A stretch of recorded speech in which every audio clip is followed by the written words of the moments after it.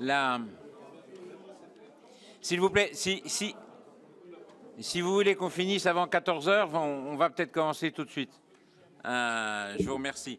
Tout d'abord, je tiens à saluer nos invités et à m'excuser auprès d'eux parce que, effectivement, on a 3/4 d'heure de retard.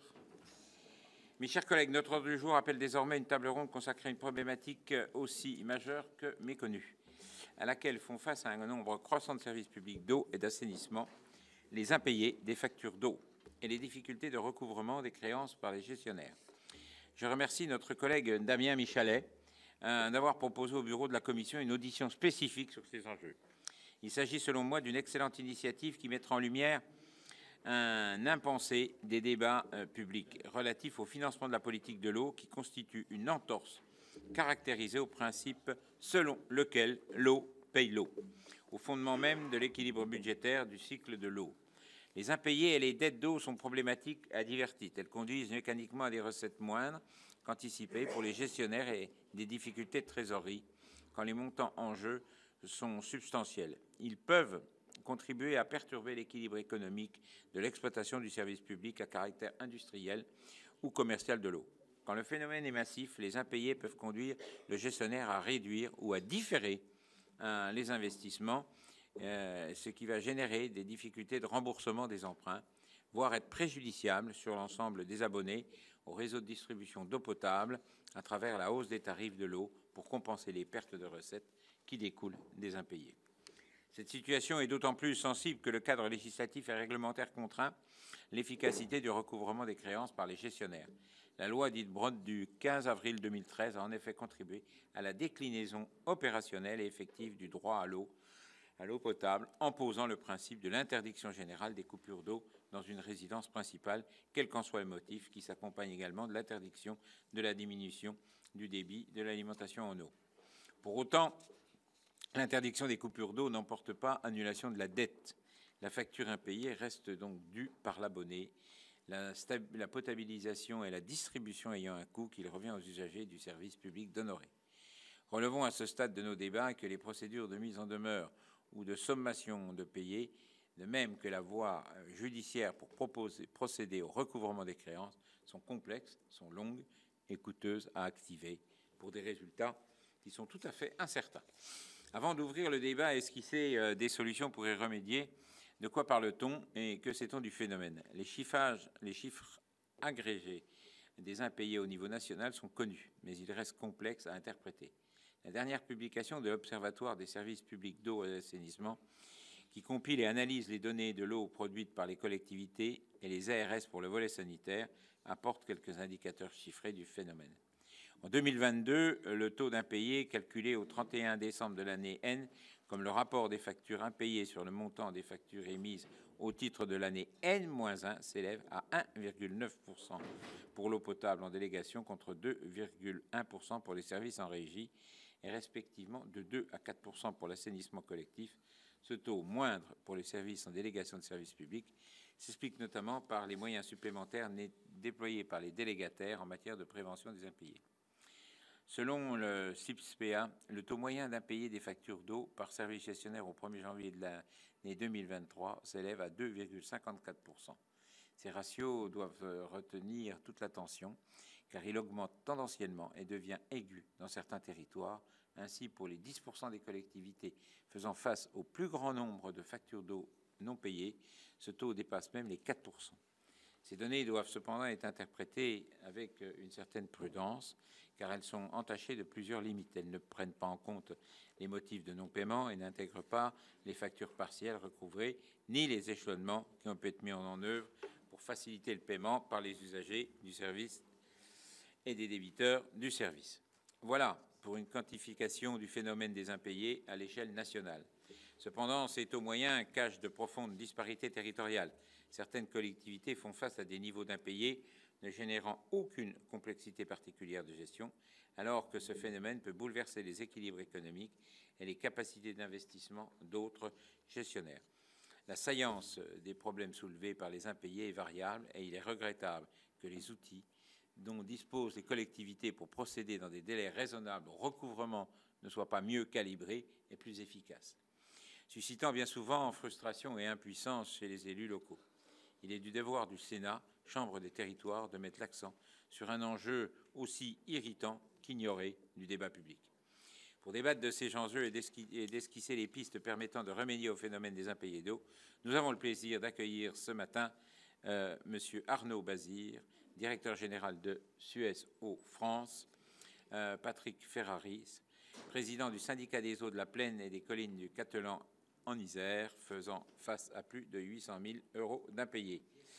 Monsieur Nicolas Garnier, délégué général de l'association Amorce, Régis Ten, chef du département cycle de l'eau à la Fédération nationale des collectivités concédantes et des régies, la FNCCR.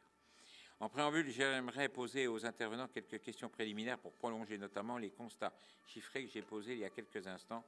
Outre les difficultés rencontrées par les ménages les plus modestes, quelles sont les autres causes que vous pouvez identifier pour expliquer les taux d'impayés auxquels font face certains gestionnaires?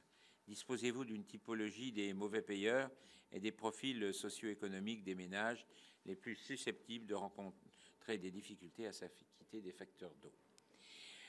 Quelle est l'efficacité des aides préventives qui peuvent être instaurées? Je pense notamment au chèque eau, au mécanisme de tarification sociale, au rabais tarifaire sous condition de ressources, à la gratuité des premiers mètres cubes et autres mesures curatives d'aide à la résorption des impayés ou encore au fonds de solidarité. Existe-t-il aujourd'hui un effet d'aubaine dont profitent certains en capacité financière d'honorer leurs factures, mais qui ne s'en acquittent pas en raison du cadre législatif qui assure et met en œuvre le droit à l'eau pour tous?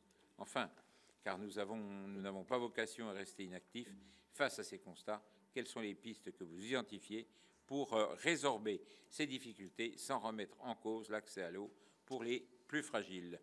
Je vous remercie de votre attention. Je vous donne la parole. Je commence par vous, monsieur, comme vous voulez, monsieur Bazir. Si vous voulez. Eh bien, vous avez la parole pour quelques minutes. Merci. Merci beaucoup, monsieur le Président. Vous avez brossé un tableau tout à fait pertinent de la situation, bien sûr. Peut-être pour commencer, partager avec vous quelques constats. Après ça, on pourra peut-être venir plus précisément dans une deuxième partie aux questions que vous avez soulevées à la fin de votre propos introductif. Je pense que le point qu'on peut tous partager, c'est que si on regarde la situation et surtout son évolution sur, on va dire, une période d'environ 12 ans, si on la prend par exemple à la mise en œuvre de la loi Brottes que vous avez évoquée tout à l'heure, sur cette période des 12 dernières années, on voit une montée irrépressible des taux d'impayés en matière d'eau. La première remarque que je voudrais faire, c'est que cette montée des impayés, elle vaut pour à peu près toutes les catégories d'usagers, à une exception près. Admettons, pour simplifier un peu la réflexion, qu'on distingue 4 grandes catégories d'usagers que sont les collectivités, les professionnels et agriculteurs, les syndics de copropriété et enfin les particuliers. On voit qu'il y a des évolutions qui peuvent être un peu différentes. Les collectivités sont la seule de ces 4 catégories qui ont fait des gros efforts au cours de la dernière période, des 10 ou 12 années que j'évoquais, et qui aujourd'hui payent plutôt mieux, et c'est celles qui ont le moins d'impayés. Chez toutes les autres catégories, les professionnels, les syndics de copropriété et surtout les particuliers, là c'est l'inverse. On voit que le taux d'impayés a augmenté très fortement. Et c'est particulièrement vrai pour la catégorie des usagers dits domestiques ou des particuliers. C'est avec eux qu'on rencontre le plus de difficultés, sachant qu'il va s'agir bien souvent d'impayés qui, pris individuellement, représentent des sommes relativement modiques, qui rendent difficile la mise en œuvre des procédés ordinaires de recouvrement d'une créance, dans la mesure où, si je prends un exemple très simple, si vous envoyez un huissier chez un particulier qui renacle à payer, bien souvent, les frais engendrés par le recours à l'huissier seront supérieurs au montant de la créance qu'on cherche à recouvrer. D'où d'infinies difficultés à récupérer les sommes dues. Donc, à l'exception des collectivités, une évolution qui vaut pour toutes les catégories d'usagers. De la même manière, c'est une évolution qui vaut pour toutes les zones du territoire français, même si on doit bien noter que sur le territoire métropolitain, il y a 3 régions qui sont particulièrement affectées par ce phénomène, que sont la région Hauts-de-France, la région PACA et la région Occitanie. Et je crois que ça pourrait faire l'objet presque d'un débat à part. N'oublions pas les territoires ultramarins, territoires sur lesquels on a des situations extrêmement diversifiées. Pour simplifier, je dirais que la Polynésie et la Nouvelle-Calédonie ont une évolution de leurs impayés assez proche de ce qui se passe sur le territoire métropolitain.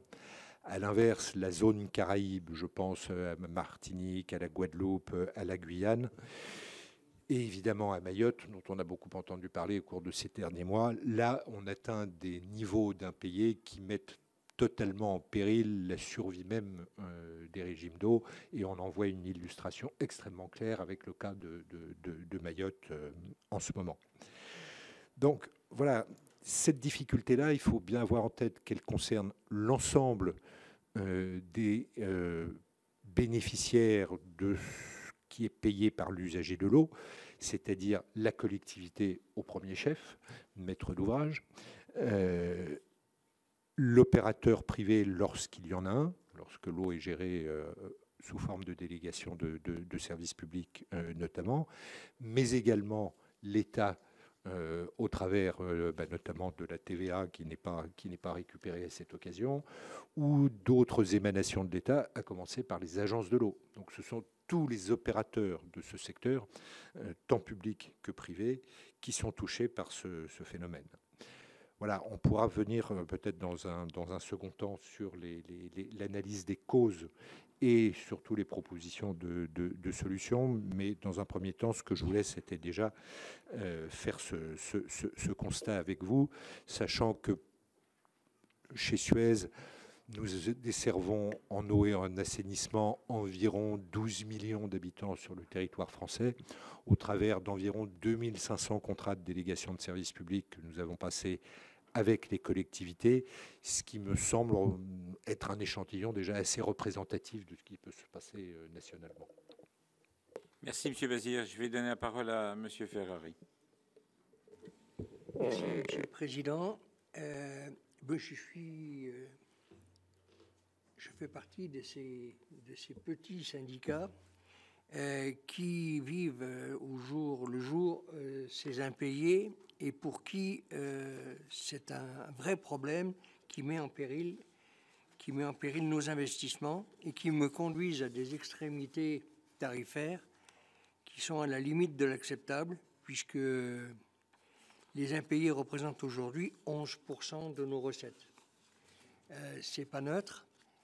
Ça m'oblige effectivement à passer par l'emprunt pour faire mes investissements, mais ça veut dire aussi qu'il faut que je puisse rembourser ces emprunts, et ça me pose vraiment un énorme problème. Moi, je gère aujourd'hui 23 communes.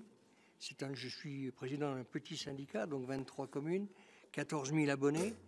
J'ai une masse d'impayés qui a pris naissance, on va dire, de façon assez représentative à partir du Covid, donc les années 2019-2020. Je pense que ce Covid, il a dû générer des situations économiques compliquées pour certains.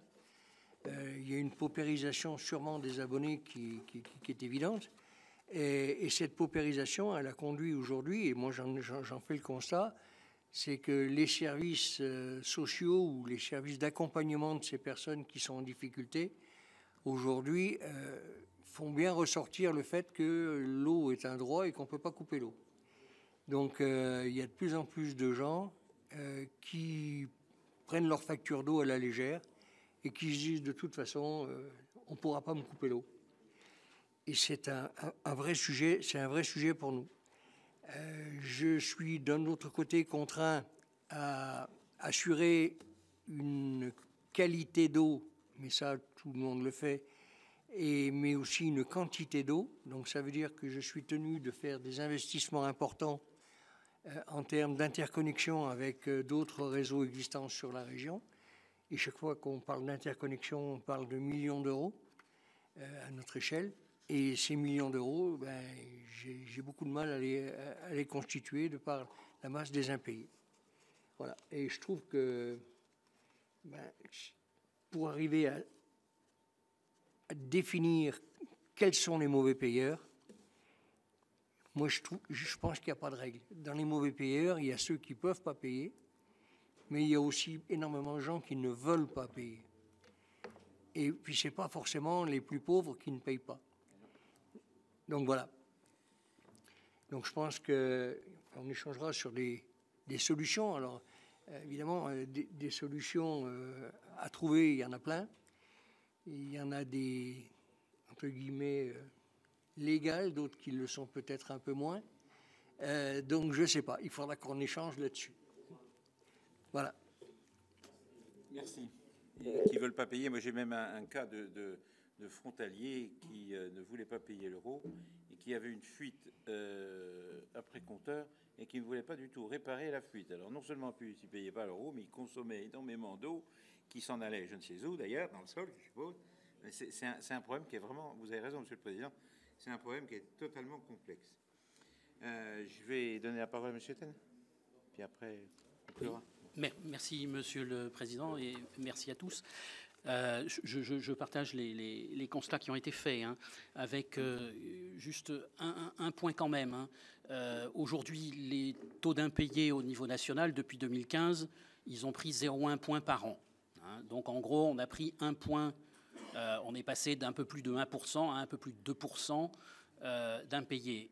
Pour ce qui concerne la moyenne nationale, et effectivement, si on regarde le cas plus particulier des départements d'outre-mer, hein, ou des régions d'outre-mer, hein, on peut atteindre jusqu'à 30% d'impayés, ce qui est la situation de la Guadeloupe en particulier.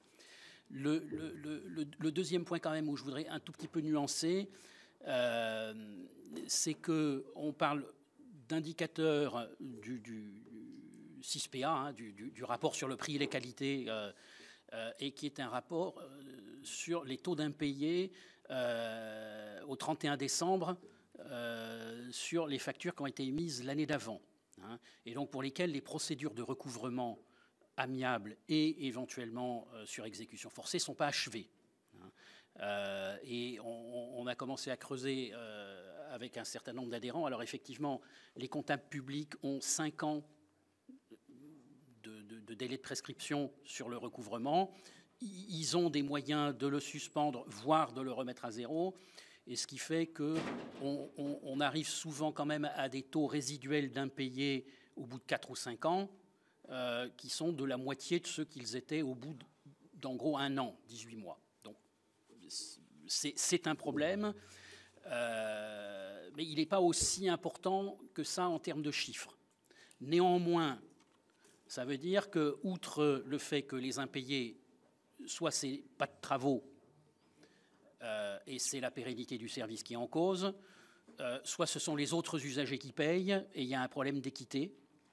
Et ces impayés, ils se traduisent aussi, ou ces retards de paiement, ils se traduisent aussi par des coûts importants de procédures de relance ou de procédures de recouvrement sur exécution forcée, de faire venir des huissiers, etc.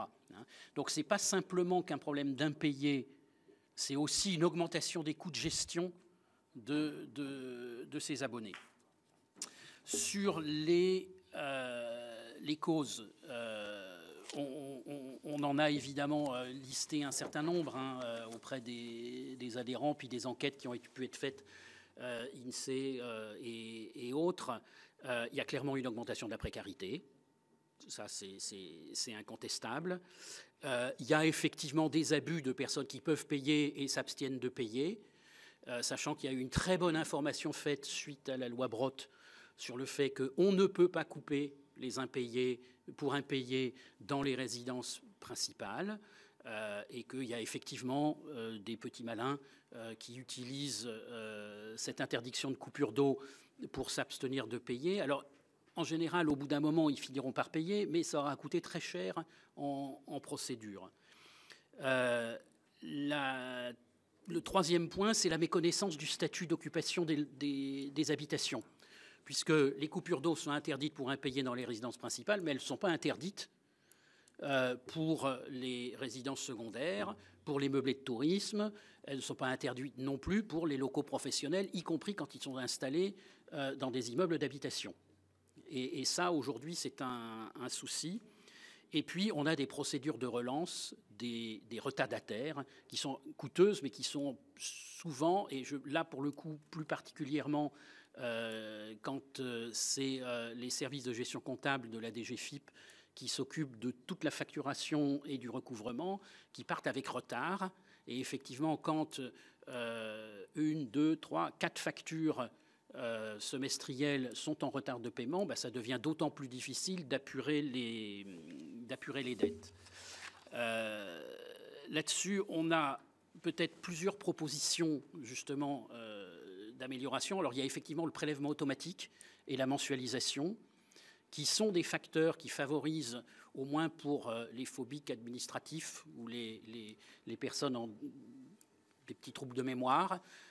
Effectivement, c'est automatique, c'est bien, avec un point particulier quand même sur les personnes pauvres, pour lesquelles le prélèvement automatique n'est pas toujours honoré.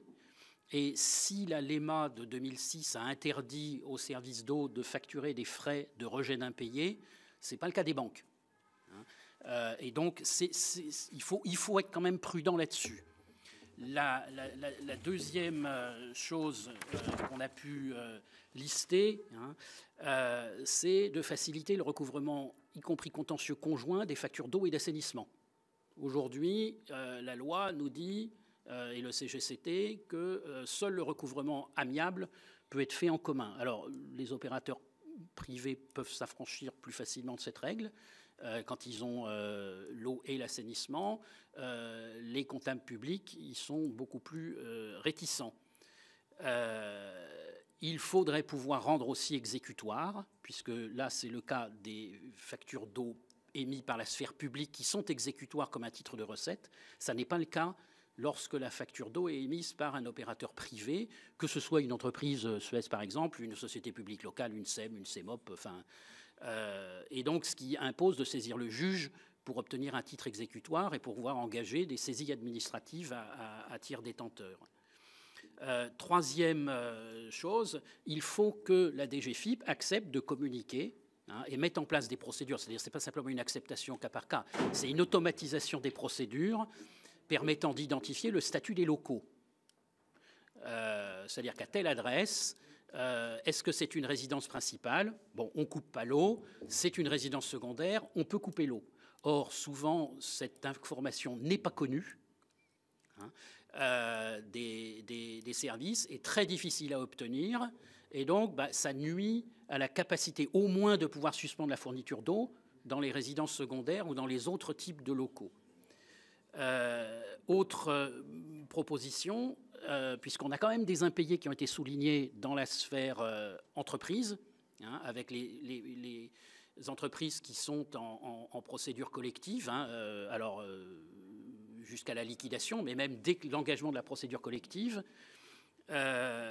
il faudrait que les services d'eau et d'assainissement, et là encore, que ce soit en exploitation publique ou en exploitation privée, puissent entrer dans le champ des créanciers prioritaires, puisque aujourd'hui, ils sont tout à fait à la fin, et donc en général, il n'y a plus évidemment d'actifs qui permettent de régler les impayés de factures d'eau et d'assainissement qui traînent parfois depuis très longtemps.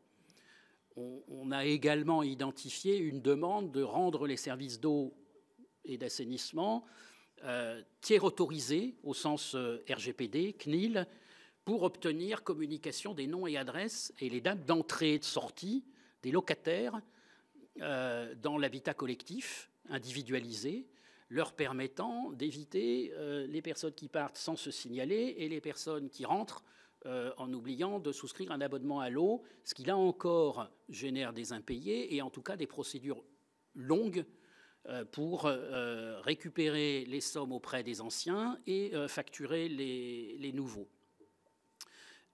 Et puis il y a d'autres thématiques. Il y a un point quand même que je voudrais souligner. Alors pour être tout à fait honnête, au sein de nos commissions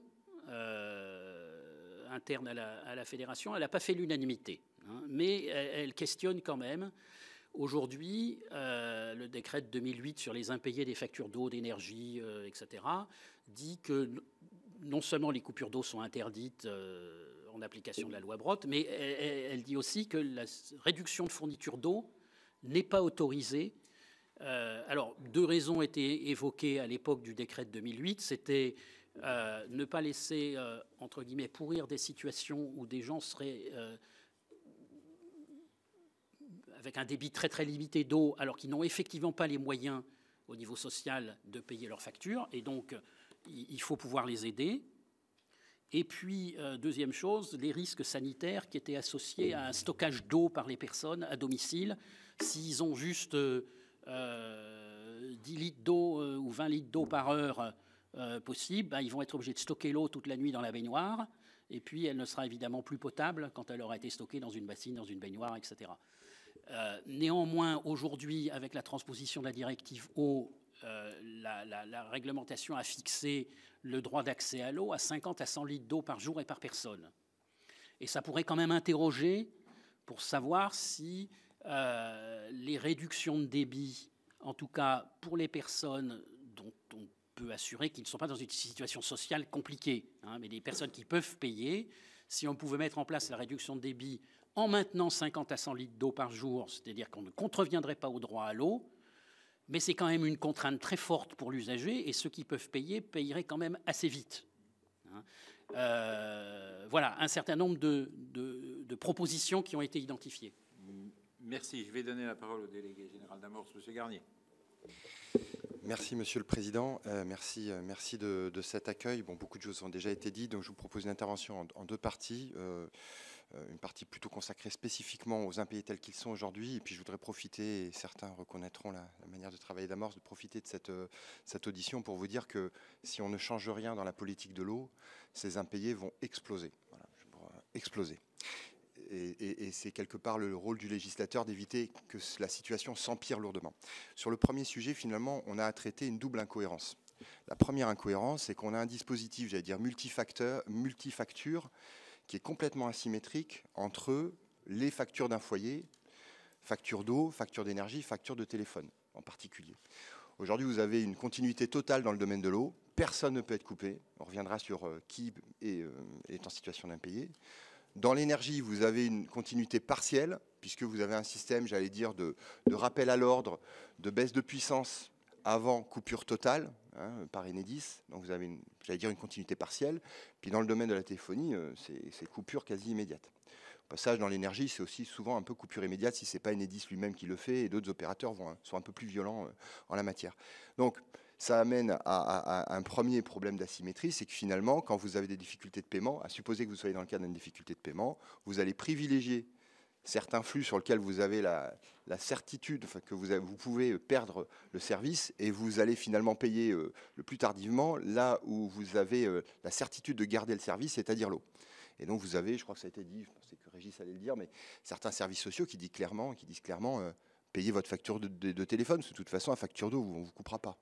Donc il y a une asymétrie dans l'accompagnement des précaires et des plus vulnérables par rapport aux 4-5 factures qu'ils ont à payer. J'aurais pu vous parler de déchets, si vous me poussez un peu, vous imaginez que je vous parle un peu de déchets.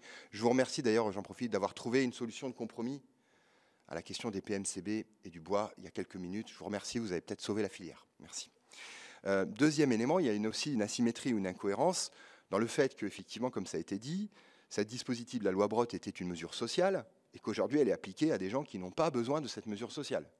Donc on a un texte qui est un peu aveugle et qui dit finalement que vous soyez riche ou pauvre, que vous surconsommiez ou vous consommez juste ce qu'il faut, vous avez maintien de l'eau. Donc voilà les deux corrections qu'il faut faire.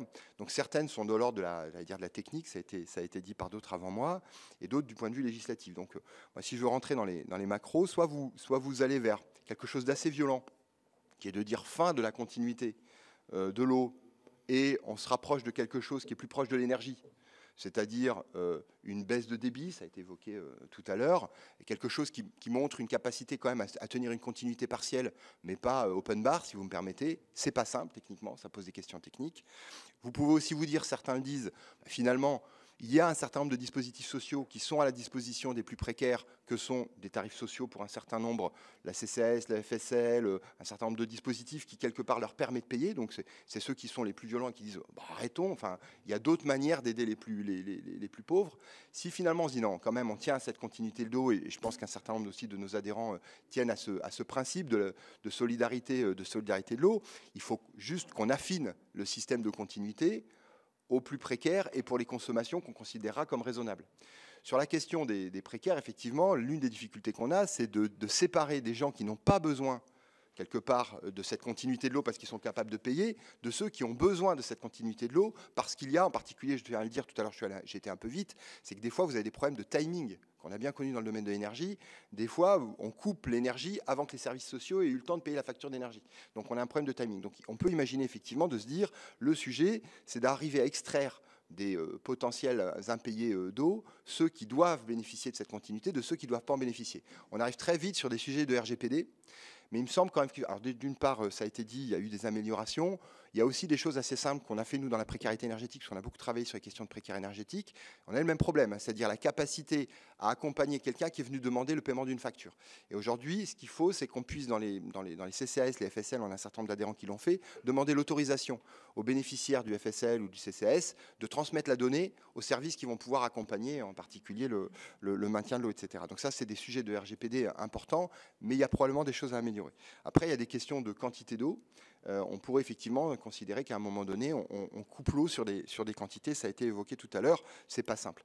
Et ensuite, il y a quand même aussi des sujets, je le dis puisque je parlais de précarité énergétique, on a de plus en plus d'ambassadeurs de la précarité dans le logement qui sont lancés par les collectivités locales. Dans l'ensemble, elles viennent plutôt pour parler d'énergie. Vous savez, en particulier un programme SLIM qui est très connu. Et ce qui est intéressant, c'est probablement qu'on développe des accompagnateurs ou des ambassadeurs dans les logements qui parlent autant d'énergie que d'eau, en proposant des mousseurs, en proposant un certain nombre de résolutions de fuite, puisqu'on a aussi ces logements précaires et insalubres, des questions de fuite d'eau. Donc ça, c'est, j'allais dire, la partie sur laquelle d'autres que moi avaient parlé. Moi, je voudrais profiter de cette audition pour vous parler de l'avenir.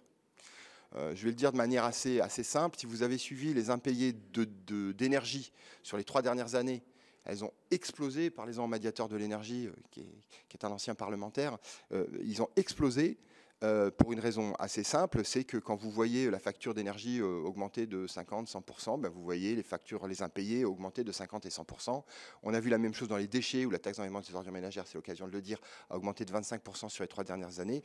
Donc on sait que si la facture d'eau, si le prix de l'eau augmente massivement et significativement, vous aurez beaucoup plus d'impayés. Les 10%, je suis désolé, monsieur le maire, mais pourrait passer à 20 ou 30 si le prix de l'eau passait à 6, 7, 8 euros le mètre cube en moyenne nationale. Et en fait, ce scénario, c'est celui qui va arriver si on ne change rien. Si vous regardez les chiffres aujourd'hui, donc le prix de l'eau, vous le connaissez, 4,50 € à peu près, 12 ou 15 milliards d'euros selon les calculs que vous intégrez ou pas les redevances. Aujourd'hui, on va faire face à un mur. Vous êtes, d'aller dire, dans une situation d'impasse d'une certaine manière. Le modèle actuel est un modèle dans lequel on va devoir payer, et vous l'avez vu encore dans l'actualité hier et avant-hier, l'arrivée des traitements de PFAS. Alors je parle au nom du président d'Amorce, mais le président d'Amorce est maire de Saint-Mandrier depuis 4 jours. Lui non plus, il n'a plus de captage d'eau. Voilà, donc il a coupé son captage d'eau, et bien sûr, la première réflexion qu'il a, c'est mettre, on a discuté avec M. Bazir, avec Arnaud, des charbons très vite. C'est ce qui s'est passé dans l'Est également. Donc moi je vous annonce, je prends un petit risque, ça m'arrive de temps en temps, tous les élus vont se mettre à réfléchir à des charbons actifs en première instance très très vite, vu la rapidité à laquelle il faut réagir quand vous avez la découverte d'un pic de PFAS en particulier. En fait, cette démarche va être généralisée, puisqu'on voit aussi des captages sensibles qui explosent. Vous savez que Madame la ministre souhaite mettre en place un processus captage sensible. Nous, on pense qu'il n'y a pas 3000 captages. Il y a 1500 captages prioritaires, il n'y en a pas 3000, il y en a au moins 10 000. Puisqu'en fait, quand vous regardez des valeurs un peu incohérentes sur métabolites de pesticides, sur PFAS ou sur d'autres pollutions, vous êtes peut-être à 10 000. Ça veut dire qu'on va avoir massivement des besoins d'investissement sur la question du traitement des captages. Vous avez la DRU qui arrive et qui va falloir transposer, qui va nous obliger à faire des investissements massifs sur le traitement en station d'épuration. La somme de tout ça, on pense qu'on est entre 2 et 5 milliards minimum à trouver immédiatement. Qu'on ajoute aux 5 milliards qu'on doit trouver également pour rénover nos réseaux d'assainissement et d'eau potable, dont vous le savez qu'ils sont en mauvais état. Donc on est à 10 milliards. Comme ça coûte 16, vous avez compris, le calcul est simple, c'est qu'on est, je le fais grosse maille, mais vous êtes sur une augmentation tendancielle potentielle de 50 à 60% de la facture d'eau si rien ne bouge. Donc c'est pour ça que la conférence de l'eau qui va démarrer est à la fois un moment un peu complexe. Je ne vous fais pas de dessin, la situation politique du pays est un peu compliquée. Mais en même temps, sachez tous que si on ne génère pas les capacités de financement de la gestion de l'eau, c'est plus 50 sous 10 ans pour les usagers et avec les impayés qui vont augmenter très largement. C'est pour ça que l'un des sujets, c'est quand même de s'assurer déjà à recette constante qu'une grande partie des finances des redevances de l'eau soit affectée au petit cycle. Vous allez peut-être me dire, je vais contre l'histoire, mais aujourd'hui, je ne sais pas si vous savez, mais les SPEA, donc les services publics de l'eau dont on vous parle, représentent 17% des prélèvements d'eau du pays, 80% des redevances de l'eau envoyées vers les agences et 30% des aides. Donc moi, je le dis, on dit en France, l'eau paye l'eau. Non, l'eau domestique paye tout le cycle de l'eau. C'est les collectivités locales qui financent quasiment entièrement la gestion de l'eau dans ce pays. Si déjà, dans un premier temps, sans toucher au monde agricole, qui est un sujet compliqué, on alignait les redevances de prélèvement industriel et en particulier production d'énergie sur les redevances agricoles, si on introduisait des planchers sur les redevances de pollution non domestique payées par les industriels, et si vous faisiez payer à ceux qui polluent l'eau aujourd'hui et qui payent 0,0 € du prix de l'eau, que sont les gens qui génèrent des PFAS, les gens qui génèrent des microplastiques, les médicaments, les cosmétiques, ils payent 0,0. Alors vous allez me dire, la séquence n'est pas à l'augmentation des prélèvements. Mais il n'y a pas de miracle. Hein. Si on ne fait pas ça, c'est-à-dire faire payer ceux qui ne payent pas du tout alors qu'ils polluent, c'est monsieur et madame Michu qui payeront sur le prix de l'eau. À un an des municipales, en tant que représentant des collectivités locales, je ne sais pas comment on va pouvoir dire, mais si on trouve que finalement, c'était trop compliqué de faire payer les pollueurs, on a préféré faire payer les usagers de l'eau. Ça va être dur à expliquer, quelles que soient vos sensibilités politiques. Donc aujourd'hui, l'enjeu, sur le court terme, c'est des éléments techniques qu'on vous a apportés. Sur le long terme, c'est effectivement une grande réforme du financement de l'eau, parce que sinon, c'est effectivement les usagers qui paieront ou qui impaieront, si vous me permettez cette expression, l'eau dans les prochaines années de manière beaucoup plus massive. Merci. Je vais donner la parole à Damien Michalet, puis à l'issue à Guillaume Chevrolier et après à Hervé Gillet. Merci Président. D'abord pour commencer, remercier tous les intervenants présents pour évoquer avec nous ce sujet, le sujet de l'eau sur un spectre un peu précis. Alors on le dit souvent au Sénat, mais on le dit peut-être pas assez souvent en dehors du Sénat. C'est la Chambre des territoires. Le Sénat, c'est le gardien, le défenseur, la voix des élus locaux. Et sur le sujet de l'eau, comme sur plein d'autres sujets de société, on essaie d'avoir un prisme orienté maison des territoires. Et j'en profite pour saluer particulièrement Patrick Ferraris, qui m'avait sensibilisé à l'époque sur ce sujet des impayés et du risque sérieux de son syndicat. Sinon à sa pérennité, en tout cas à ce qu'il allait devoir faire pour tenir face à cette réelle problématique des impayés par les consommateurs. Alors l'idée ici, et vous l'avez assez bien dit, est pas de stigmatiser une population plus qu'une autre. Il y a un constat, il y a des impayés, qu'est-ce qu'on a le droit de faire et qu'est-ce qu'on peut faire. Et c'est l'objet de cette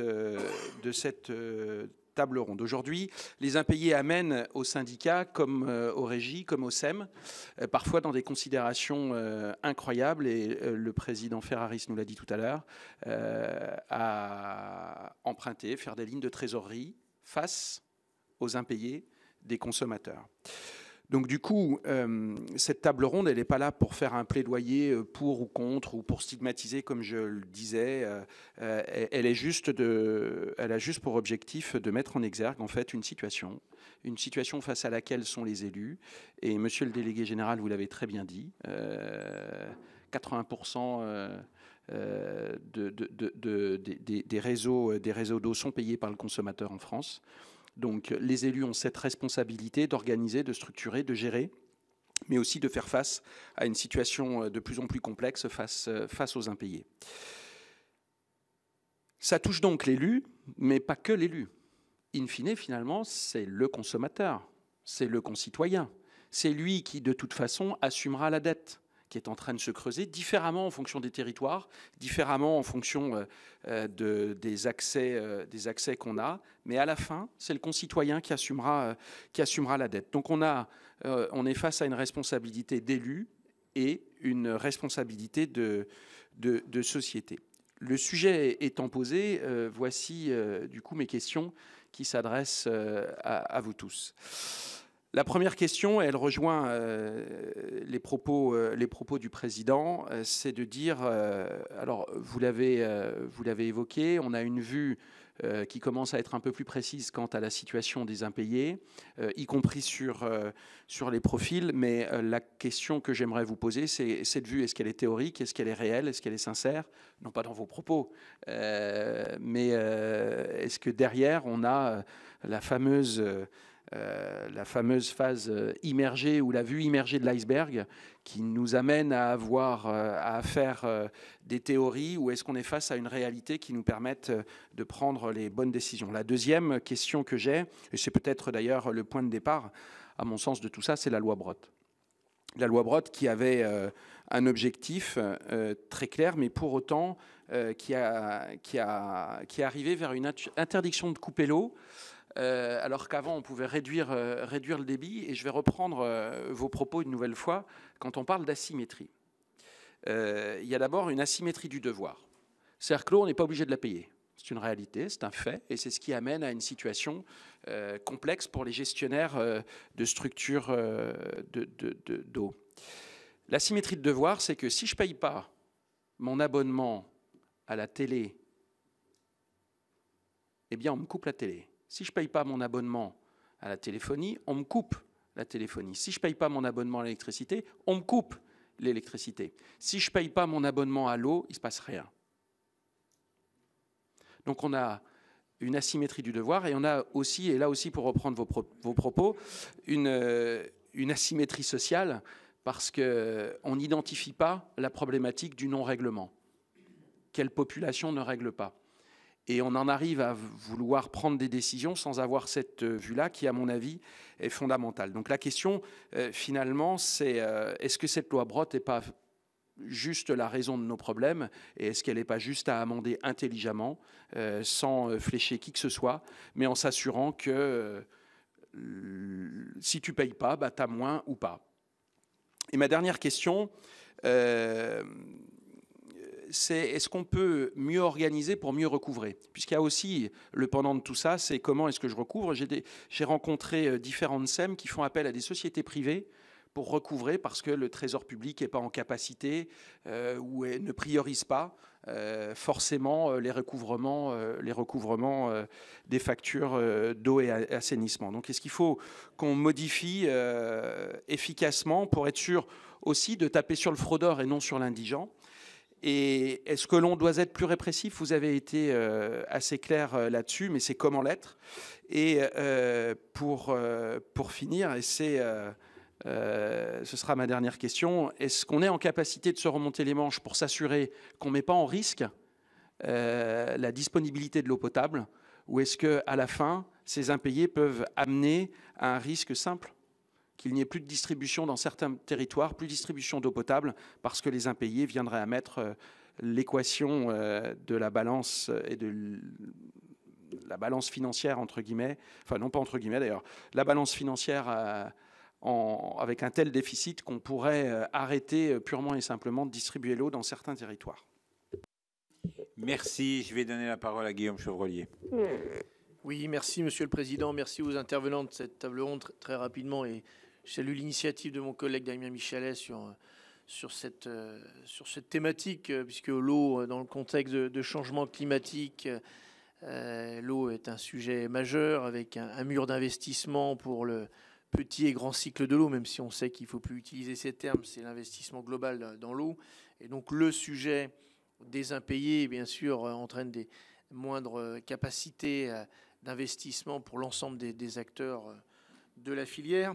Donc ça a été indiqué, le sujet c'est un petit peu l'état des lieux de la mise en œuvre de l'application de la loi Brottes, avec l'interdiction des coupures d'eau, qui peut avoir comme effet une forme de déresponsabilisation, même si on sait que la complexité du sujet, c'est le dilemme de la conciliation entre une obligation de service public, l'équilibre économique et l'exploitation de l'eau, et puis le respect du droit à l'eau. Mais enfin, vous l'avez dit dans vos différentes interventions, il y a les publics socialement en difficulté, donc qui ont besoin, mais c'est déjà le cas, hein, d'être accompagnés avec des mesures aussi préventives qui ne soient pas forcément toujours des mesures extrêmement sociales. Et puis il y a le sujet de ceux qui ne payent pas alors qu'ils ont les moyens de payer dans un pays où, face au mur d'investissement que j'évoquais, on sait déjà que l'eau pourrait être plus chère pour faire face aux défis. Et ça, c'est aussi un débat de société qu'on doit avoir à l'occasion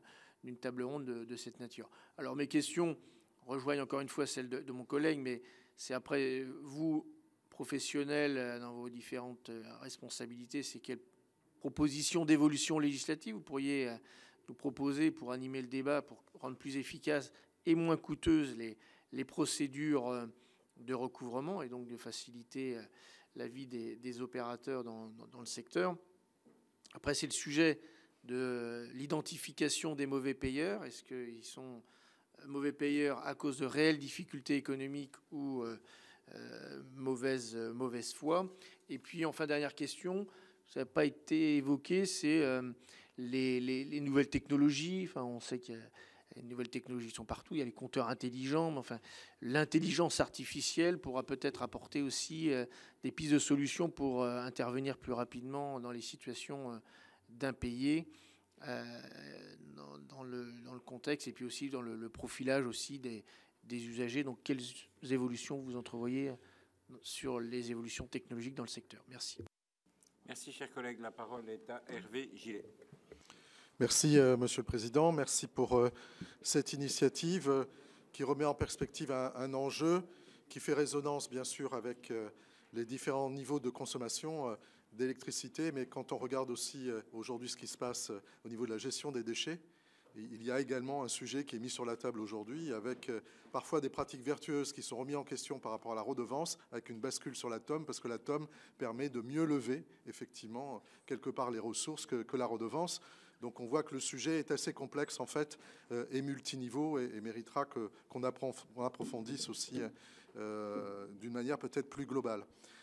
Ça s'inscrit, comme cela a été dit, dans une stratégie aujourd'hui, malheureusement, de prise en charge de nouveaux investissements qui sont forcément nécessaires, au-delà des pollutions diffuses, mais de la qualité des réseaux. Mais ça s'inscrit aussi dans une politique aujourd'hui qui se veut nationale, et notamment une politique de sobriété qui, quelque part, va impacter les modèles économiques de l'ensemble des parties prenantes.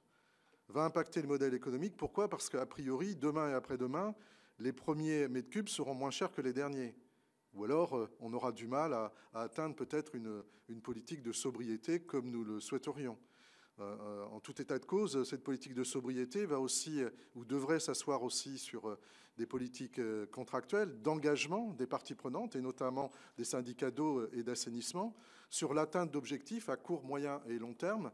Et l'atteinte de ces objectifs à court, moyen et long terme nécessitera une adaptation du modèle économique, notamment des syndicats d'eau et d'assainissement, avec sans doute des parts forfaitaires un peu plus importantes, mais aussi une évolution d'une tarification différenciée.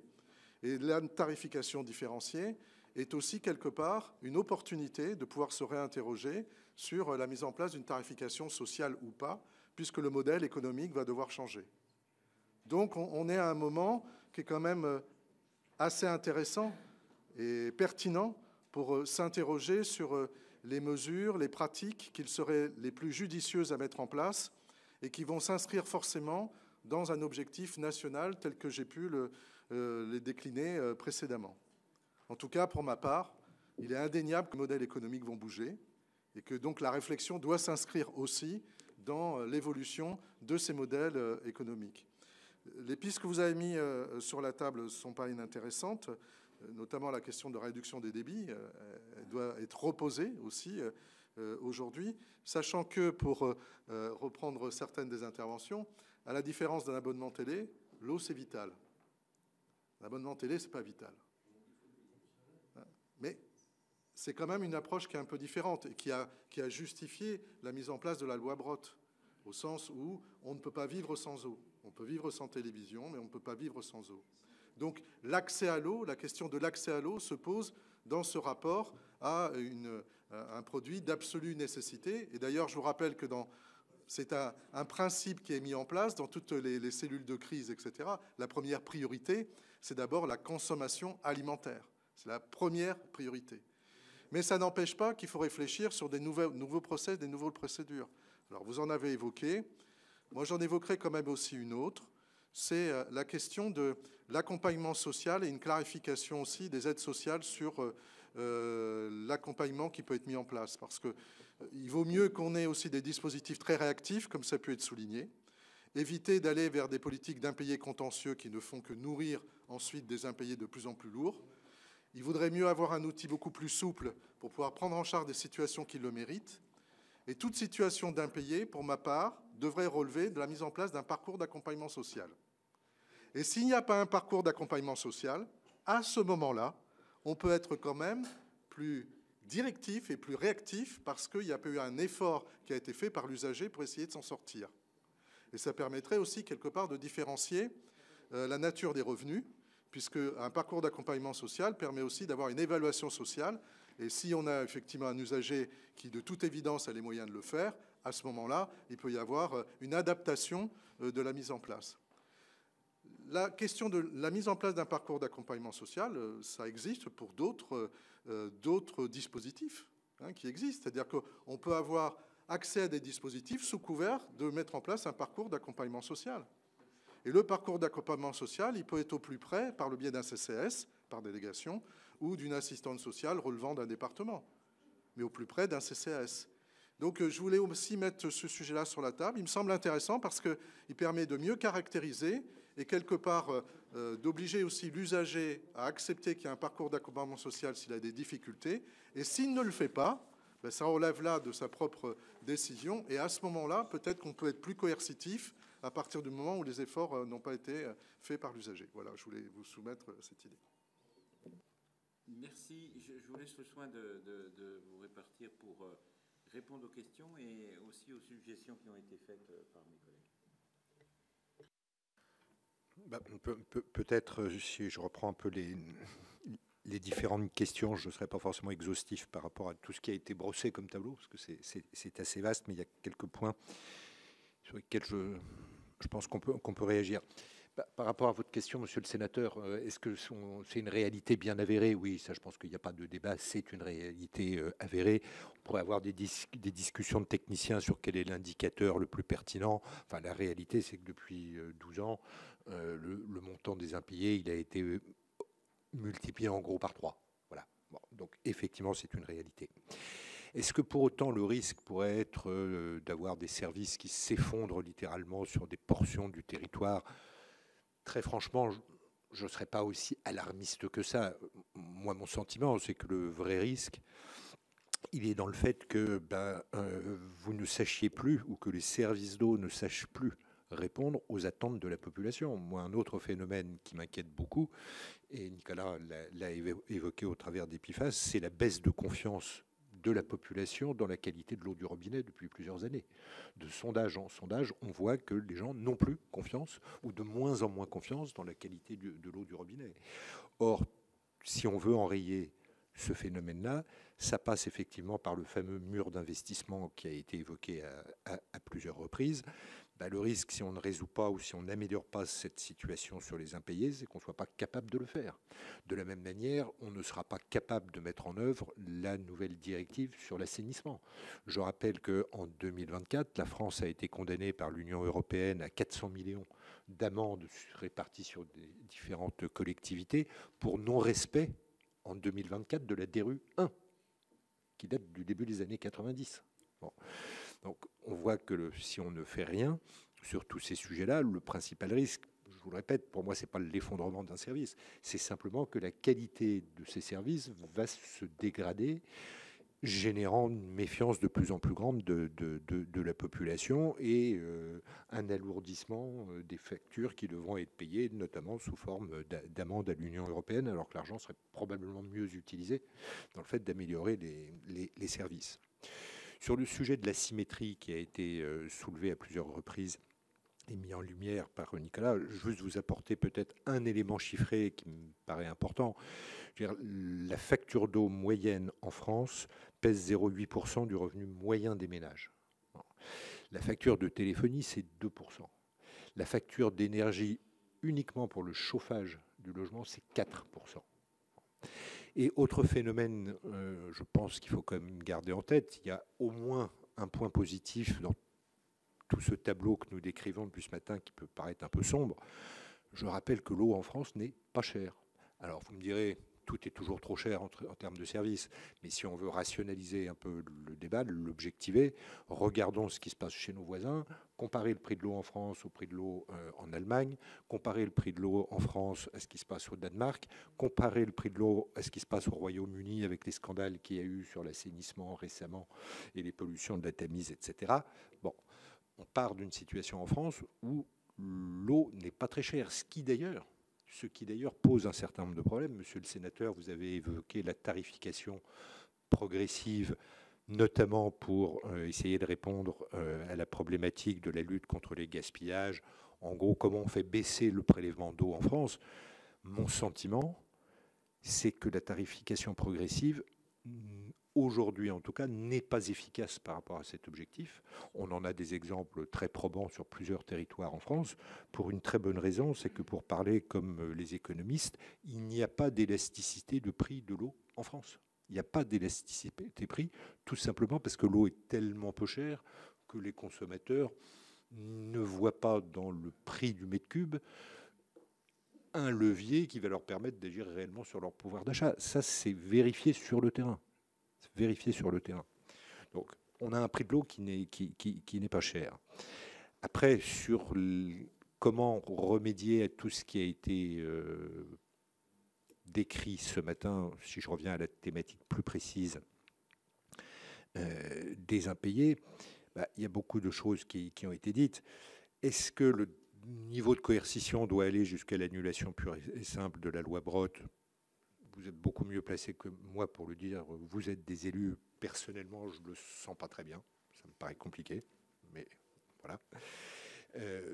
Je pense qu'il y a des degrés de coercition, même si le mot fait un peu peur, qui sont peut-être plus envisageables. Je pense qu'effectivement, la réduction de pression ou des quantités fournies serait déjà peut-être un petit peu plus envisageable.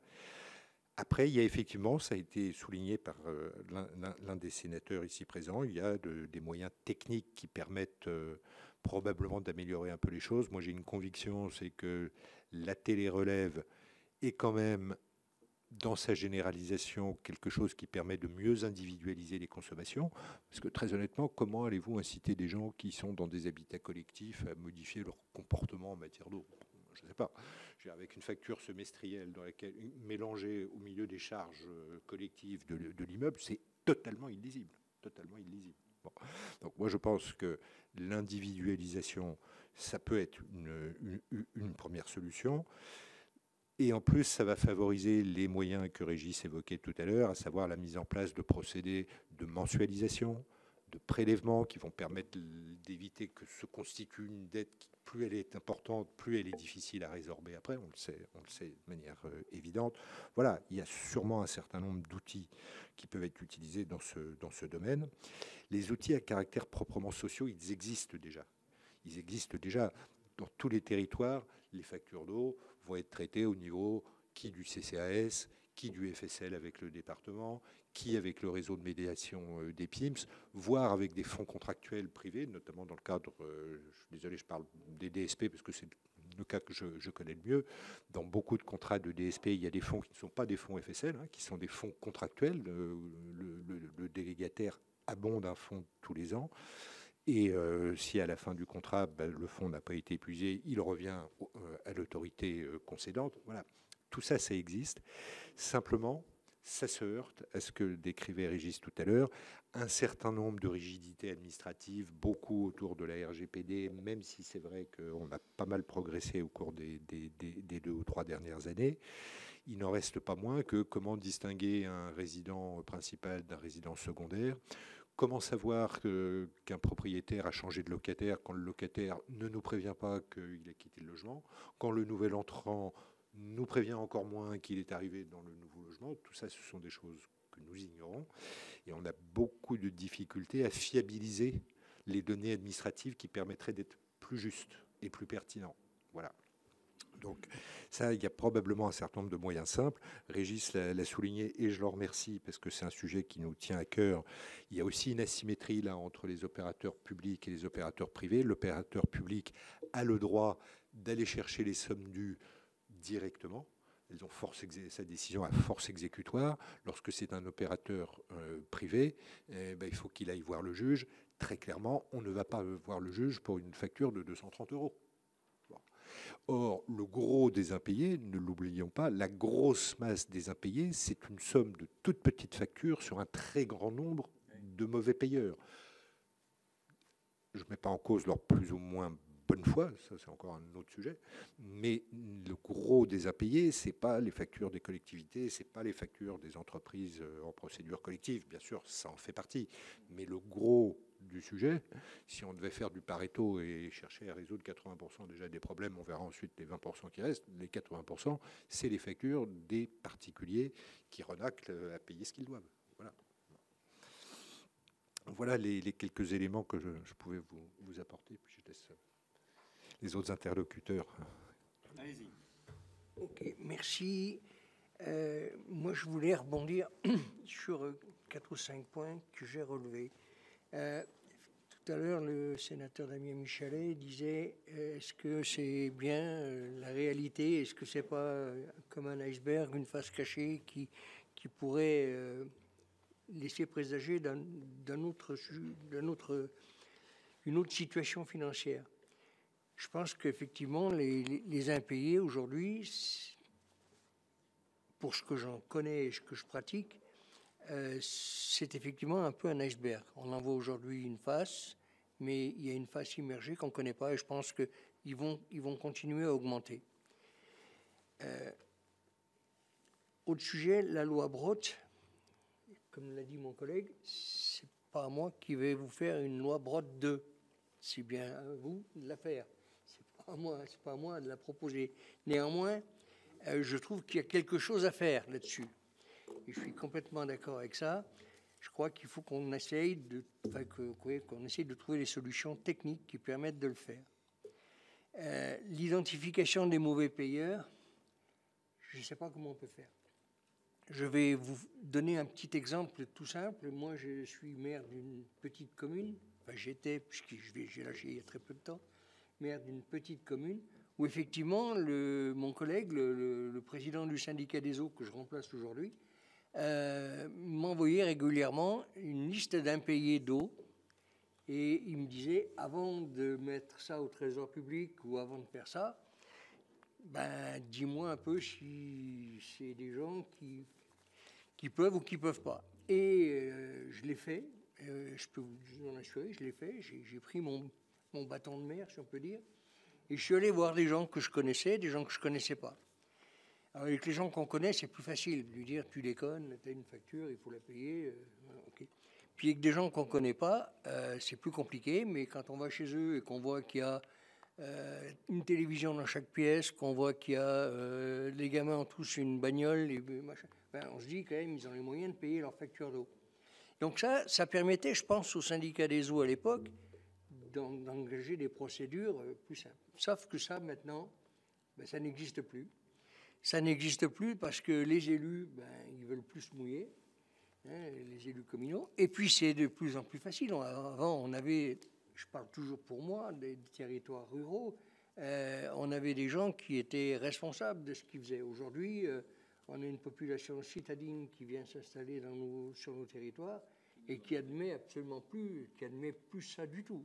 Aujourd'hui, les gens, ils viennent, je ne veux pas refaire tout ce qui a pu être dit, mais ils viennent chez nous et ils veulent trouver à la campagne ce qu'ils avaient en ville.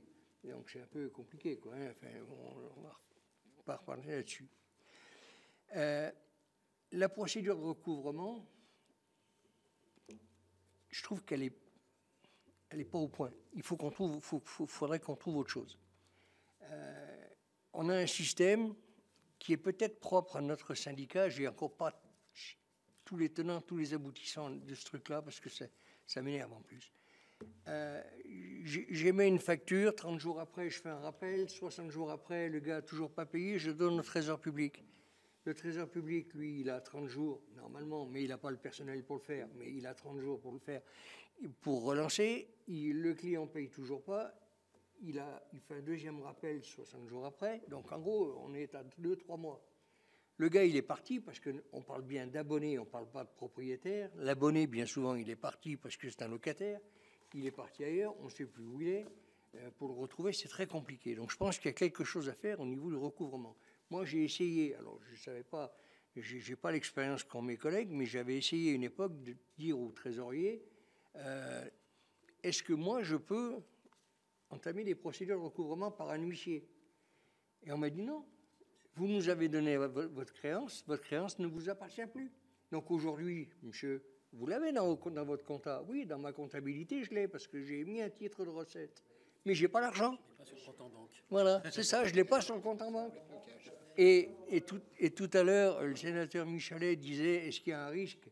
Oui, il y a un risque. Moi, j'ai passé une période de mon mandat à dire à mes comptables, aux syndicats, avant de payer quelque facture qu'il soit, on se met autour d'une table et c'est moi, président, qui vais vous dire, lui on le paye, lui on le paye, lui on ne le paye pas, lui on le paye, lui on ne le paye pas. Enfin, ce n'est pas des situations normales, quoi. Je veux dire, je ne peux pas faire supporter à des fournisseurs le fait d'avoir des impayés, ce n'est pas normal. Donc, on a réglé ce problème par le biais des lignes de trésorerie, mais c'est pas de la gestion, ça. C'est mettre des rustines sur des jambes de bois, quoi. Enfin, ça ne marche pas. La tarification sociale, j'essaie de la suite. La tarification sociale, ça fait des années que j'en entends parler. J'avoue que je ne sais pas comment on va faire. Je ne sais pas faire. Alors peut-être que je ne suis pas un adepte non plus du côté social de cette tarification. Mais bon, peut-être, je ne sais pas comment on peut le faire. En tout cas, l'accompagnement par les CCAS, je ne le vois pas non plus, parce que dans les petites communes, on est communes du monde rural, et ça représente quand même en France une sacrée partie du territoire. Je ne suis pas sûr que les CCAS des communes ils veuillent s'embarquer là-dedans. Je ne sais pas, je ne sais pas. Voilà. Et voilà tout ce que je voulais vous dire. Il y a un sujet aussi qui n'a pas été évoqué, si ce n'est tout à l'heure par M. le Président, c'était les gens qui ont des fuites d'eau, qui nous demandent des dégrèvements. Alors, les dégrèvements, c'est aussi quelque chose qui est pas neutre. À l'échelle de mon syndicat, j'ai accordé du 1er janvier au 30 avril 32 000 mètres cubes de dégrèvement. Aujourd'hui, je fais payer l'eau relativement cher. J'ai un tarif de l'eau qui est à 1,52 €. Je trouve que c'est relativement cher. Pardon ? Non, je parle que d'eau, je parle que d'eau. Non. Je parle que de l'eau. C'est 1,52 €, mais ça veut dire quoi ? Et dans mon conseil syndical, les gens commencent à renacler, tout simplement parce que je suis obligé de faire payer par ceux qui payent les factures d'eau de ceux qui ne les payent pas. Et ça, je trouve que on parlait d'asymétrie, mais il y a aussi un problème d'équité là-dedans. Donc ça me paraît pas logique. Mais néanmoins, coincé entre les lignes de trésorerie, les emprunts, il faut bien que je trouve des solutions. Parce que tout à l'heure, il a été dit aussi quel est le risque. L'eau est une priorité. Ok, d'accord, j'entends, je suis d'accord avec ça. L'eau est un bien national ou même planétaire. Mais ce n'est pas pour autant que ça offre des solutions, ça propose des solutions pour qu'on puisse continuer à vendre de l'eau à tout le monde. Voilà, excusez-moi. Très bien, c'est pas grave. Allez-y.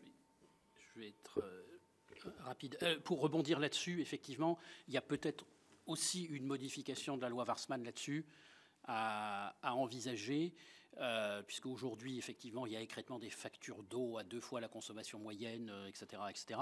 Si elle est réparée dans le mois, il faudrait quand même régler, enfin en tout cas, il y a quand même des situations qui sont compliquées sur lesquelles le locataire et l'abonné se voient infliger les surconsommations et éventuellement le paiement complet de la facture parce que le propriétaire ne fait pas les travaux qui lui incombent.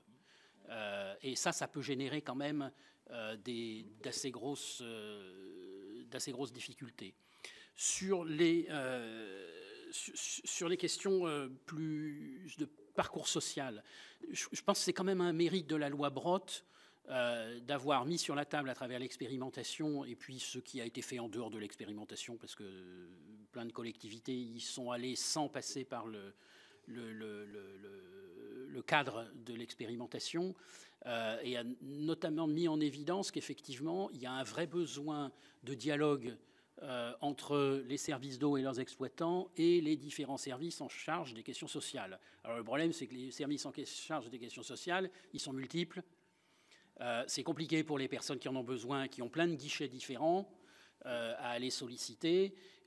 Et c'est compliqué aussi pour les services d'eau parce que entre le CCAS, le CIAS, le FSL, la CAF, etc., c'est un petit peu compliqué. Donc là, il y a certainement des choses à simplifier et à améliorer pour que effectivement l'eau, c'est absolument c'est vital, hein. Enfin bon, c'est un peu l'eau, c'est la vie, etc. Mais c'est une réalité et il faut absolument protéger les personnes les plus pauvres d'une rupture d'alimentation en eau. Et par contre, effectivement, il faut vraisemblablement pouvoir être plus coercitif, hein, ou plus ferme avec ceux qui ont les moyens et qui ne payent pas.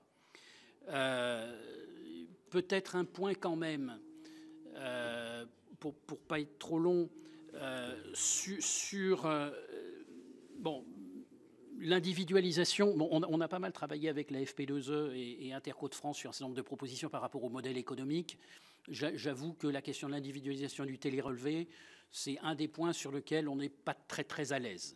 D'abord parce qu'on s'aperçoit que l'individualisation est quand même souvent une source d'impayés supplémentaires, de coûts de gestion supplémentaires et d'impayés supplémentaires. Alors certes, la question c'est de savoir est-ce qu'ils sont gérés globalement dans les charges locatives ou est-ce qu'ils sont individualisés. Mais c'est vrai que les bailleurs sociaux, en particulier, sont relativement bien outillés dans leurs relations avec les services sociaux et notamment la CAF pour pouvoir appréhender la situation globale de l'individu qui est en difficulté de paiement. Parce que s'il a un problème sur ses charges d'eau, c'est qu'il a aussi un problème avec le loyer et qu'il a un problème sur un peu tout. Hein. Et donc c'est vrai que multiplier là encore les guichets, je ne suis pas sûr, sans compter que l'individualisation, en tout cas pour les logements anciens, génère des coûts d'investissement qui peuvent être assez lourds et qui seront à un moment ou à un autre répercutés quand même sur les locataires. Et puis, dernier point, on parle aujourd'hui d'en moyenne 2%, ça peut être beaucoup plus dans certains cas d'impayés. Les trajectoires d'augmentation des coûts, aujourd'hui, ça a été évoqué, on est certainement sur de l'ordre de 50% d'augmentation des coûts des services d'eau et d'assainissement dans les 10 années qui viennent. Hein, réglementation, pollution, modernisation, adaptation au changement climatique, gestion du temps de pluie. Enfin, donc c'est bien de régler 2% d'impayés. C'est bien d'éviter que ça augmente. Alors pour éviter que ça augmente, il y a effectivement les outils sociaux. Il y a quand même des enjeux assez forts de pédagogie et de transparence auprès des usagers, d'expliquer qu'est-ce que c'est que le coût de l'eau et qu'est-ce que c'est que le coût du service de l'eau et du service de l'assainissement. Et puis il y a certainement une acceptabilité sociétale qui est liée à l'application plus stricte du principe responsable-payeur, hein, qui aujourd'hui est quand même, ça a été rappelé, assez mal appliqué. Et on voit d'ailleurs qu'il y a une charge très forte au niveau européen pour remettre en cause le principe de la redevance sur les cosmétiques et les produits pharmaceutiques pour traiter les micropolluants d'assainissement, et que la proposition de loi, enfin la loi sur les PFAS qui a été adoptée fait également aussi l'objet de fortes pressions pour limiter le montant des redevances qui seront à payer aux agences de l'eau pour l'émission de ces PFAS, et qui pourtant, aujourd'hui, ne vont couvrir au mieux que 1 à 5% des coûts de traitement. C'est-à-dire qu'on veut, même cette toute petite contribution financière, elle est encore trop élevée pour prendre en charge les coûts. Et donc il y a quand même cette question-là Les impayés, il y a les impayés de ceux qui ne peuvent pas payer, il y a les impayés de ceux qui peuvent payer mais ne veulent pas le faire, et il y a quand même une défiance qui risque d'émerger petit à petit au fur et à mesure où on voit des coûts qui augmentent et les personnes qui sont responsables de l'augmentation de ces coûts ne pas en assumer les conséquences. Je crois qu'on est sur le point d'épuiser la salle, donc je vais essayer de faire très court. Alors moi, je n'étais pas encore en mode amendement, ou proposition d'amendement plus exactement, mais je m'y mets depuis 15 minutes, j'y suis. En fait, on a quand même envie d'écrire quelque chose autour de la loi Brottes qui dirait c'est appliqué aux précaires, c'est appliqué pour une durée, parce qu'ensuite, il y a normalement un système d'accompagnement social qui doit prendre le relais, puisque finalement, et c'est donc pour une durée. Enfin, moi, ce que j'ai retenu 2-3 fois, et j'ai plus de connaissances sur la précarité énergétique, c'est qu'on avait tendance à couper parce que les services sociaux n'avaient pas pris le relais par des paiements d'impayés pour des personnes qui le méritaient. Donc, il y a une question de durée dans le temps. Il y a une question de quantité, parce que ça a été dit, on n'a pas encore... Alors, je suis un peu à l'origine, grâce à vous, de l'article 6 de la loi LTECV qui a créé le mot passoire thermique, mais il y a le mot passoire hydrique. C'est-à-dire qu'à un moment donné, il ne faudrait quand même pas qu'on paye pour des locataires qui sont chez des propriétaires qui ne font pas de travaux dans leur logement. Sinon, c'est encore un truc qui marche sur la tête, là. On est en train de faire payer. Donc, on a envie quand même de mettre quelque chose là-dessus. Et on a effectivement envie de mettre quelque chose de plus cohérent entre les impayés de factures, entre ce que disait Hervé Gillet et d'autres, on ne peut quand même pas laisser dire qu'il faut mieux payer sa téléphonie et pas payer l'eau, parce que voilà, donc il y a une cohérence d'ensemble entre énergie, eau et autres factures. Et à mon avis, on doit pouvoir écrire un texte qui dirait ça. Au passage, ça réglerait techniquement pas tous les problèmes, hein, moi j'en ai bien conscience, mais en même temps, ça c'est notre job, puis on fera, puis des fois, vous avez vu, on n'applique pas totalement les lois que vous votez, mais on s'en rapproche, c'est tout l'enjeu, c'est de se rapprocher de l'esprit de la loi. Mais il me semble qu'on a quand même envie d'écrire quelque chose comme ça, quelque chose qui dit c'est pour les précaires, c'est dans une période avant accompagnement social, c'est pour une consommation qui n'est pas délirante, parce que sinon on est en train de payer à la place de celui qui n'a pas fait les travaux, le propriétaire, et puis c'est cohérent par rapport aux autres impayés, pour ne pas être dans la tentation de ne pas payer celle-ci parce que c'est gratuit, quoi. Parce que voilà, je pense qu'on pourrait écrire quelque chose d'un peu fin, affinant la loi Brottes, affinant la loi Brottes. Notre collègue Cédric Chevalier. Oui, Président, merci.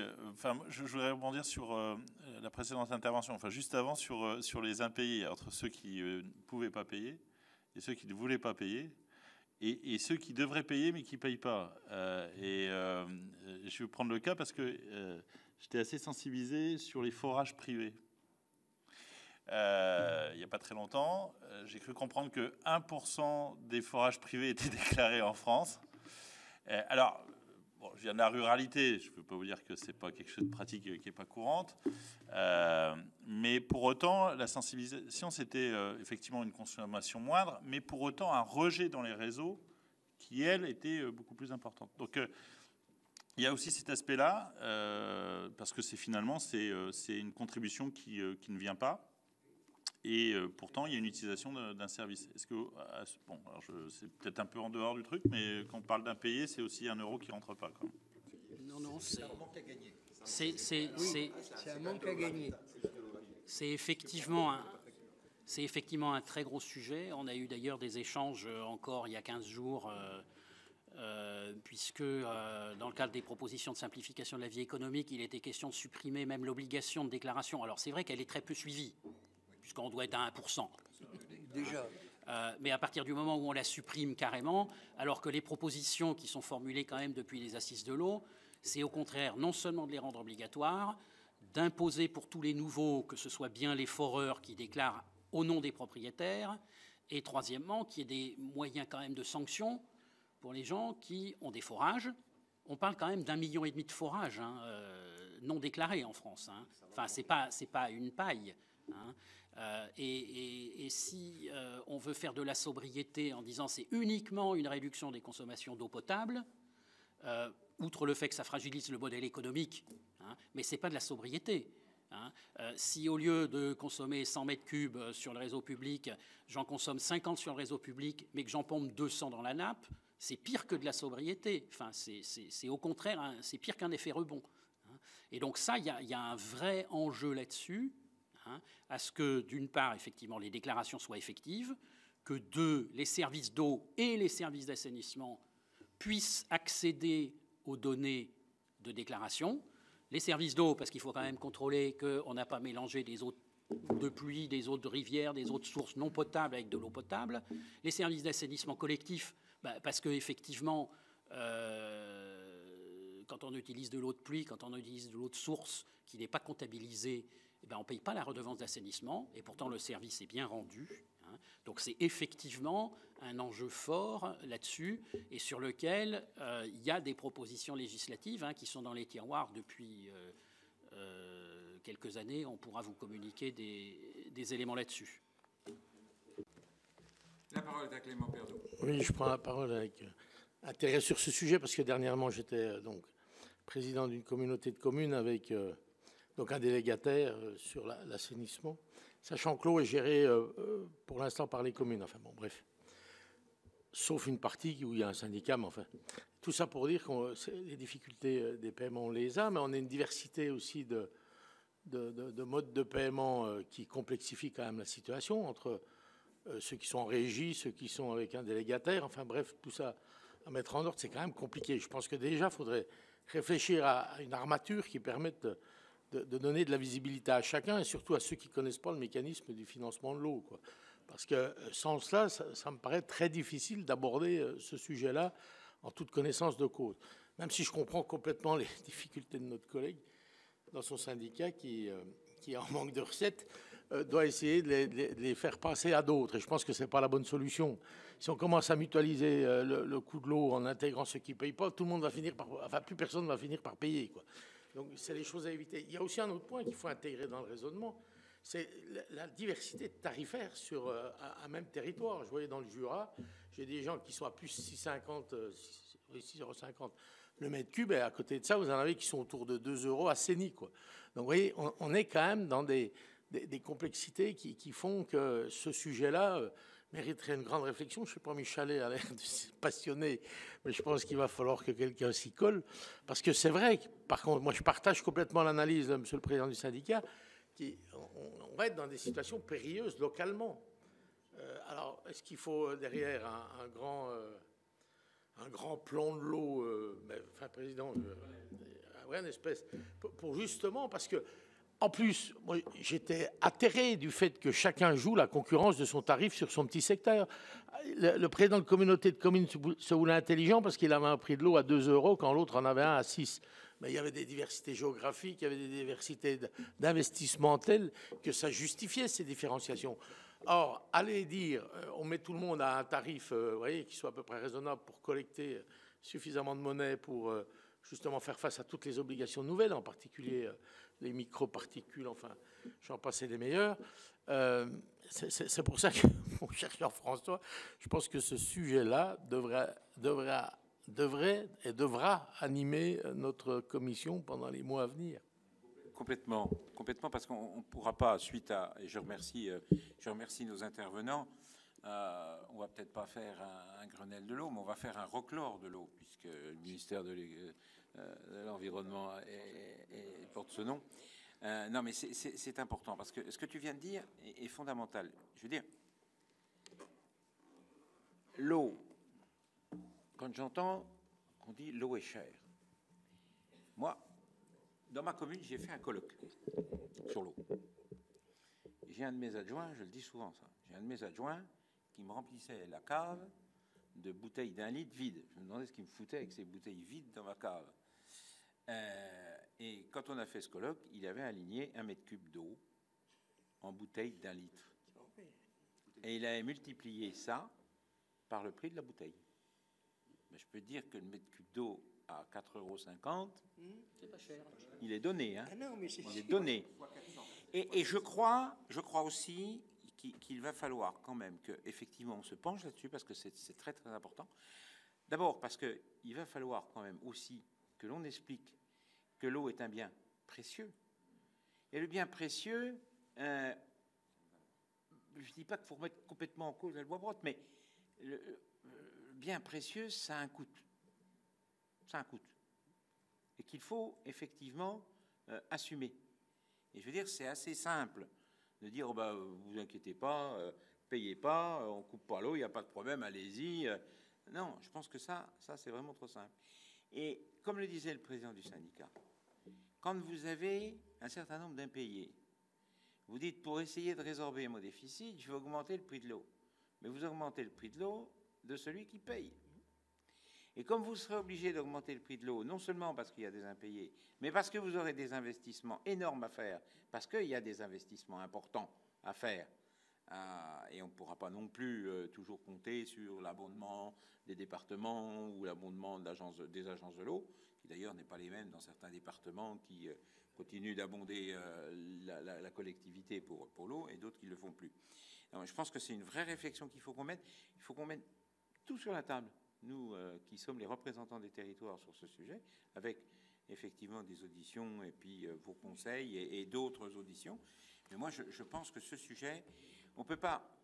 D'abord parce qu'on va finir, si on ne fait rien, on va finir par opposer celui qui ne paye pas parce qu'il ne peut pas, avec celui qui ne paye pas parce qu'il ne veut pas, puis à celui, comme vous le disiez à juste titre, Monsieur le Président, tout à l'heure, quand vous allez chez lui, il y a 10 pièces, il y a 10 télévisions, il y a 5 personnes, il y a 5 téléphones, puis vous dites qu'il ne peut pas payer sa facture d'eau de 50 euros.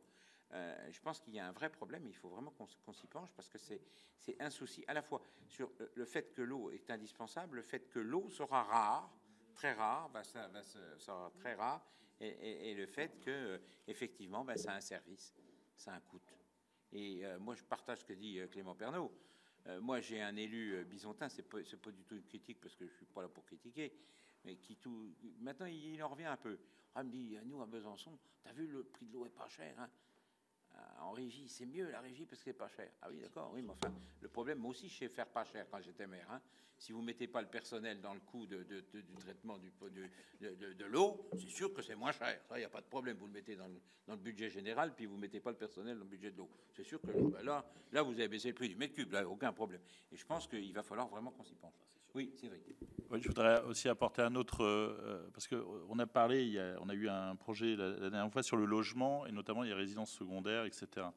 Je pense qu'à Montmorency, il y a aussi tout ce qui est résidence au niveau touristique. Si tu veux. En fait, je ne sais plus, il y avait un exemple qu'on m'a donné sur des communes qui avaient adapté, qui ont un réseau qui est surdimensionné par rapport à la population hors période de vacances, et qui, voilà, avec aussi un certain nombre de gens, quand ils sont en vacances, ils ne regardent pas forcément.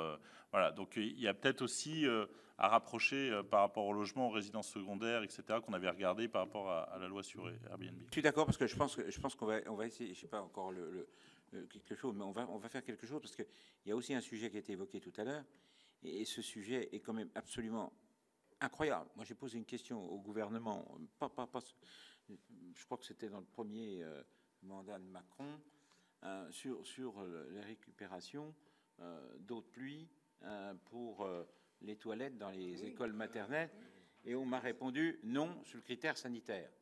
Bon, autant qu'on me dise que je suis un imbécile, parce que c'est pas ce critère-là qui va devant.